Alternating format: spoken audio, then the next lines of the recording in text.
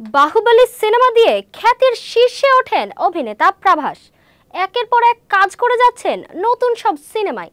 পারিশ্রমিক বাড়িয়ে নিজেকে নিয়ে গেছেন সর্বোচ্চ পারিশ্রমিক নেওয়া তারকা তালিকায়। হাতেও রয়েছে বেশ কয়েকটি সিনেমা। প্রতিটি সিনেমার জন্য এখন প্রায় 200 কোটি ভারতীয় রুপি পারিশ্রমিক নিচ্ছেন প্রভাস। ভারতীয় গণমাধ্যমের তথ্য অনুযায়ী প্রভাস তার পরবর্তী 3টি সিনেমা থেকে মোট 600 কোটি রুপি পারিশ্রমিক নেবেন। এর মানে প্রতি সিনেমার জন্য তার পারিশ্রমিক দাঁড়াচ্ছে 200 কোটি রুপি, যা ভারতীয় অভিনেতাদের মধ্যে সর্বোচ্চ। এর আগে আলু অর্জুন পুষ্পা সিনেমার জন্য 260 কোটি রুপি নিলেও সেই পারিশ্রমিকের মধ্যে প্রফিট শেয়ারও অন্তর্ভুক্ত ছিল।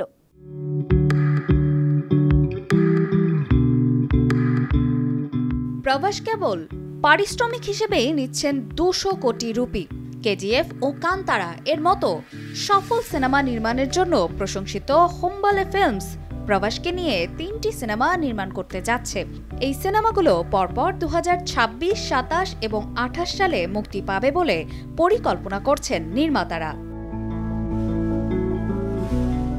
প্রথম সিনেমাটি হবে সালার 2, যার পরিচালনায় থাকবেন প্রশান্ত নীল।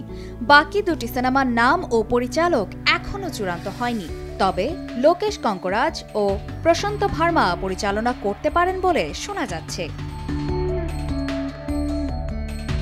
প্রভাসের সর্বশেষ মুক্তিপ্রাপ্ত সিনেমা ছিল কালকি 2898 AD, যা এখন পর্যন্ত বিশ্বব্যাপী আয় করেছে প্রায় 1200 কোটি রুপি। এর আগে 2023 সালে মুক্তি পেয়েছিল সালার, যেটি বিশ্বব্যাপী আয় করেছিল 700 কোটি রুপি। অপর্ণা বর্ষা, কালের কণ্ঠ।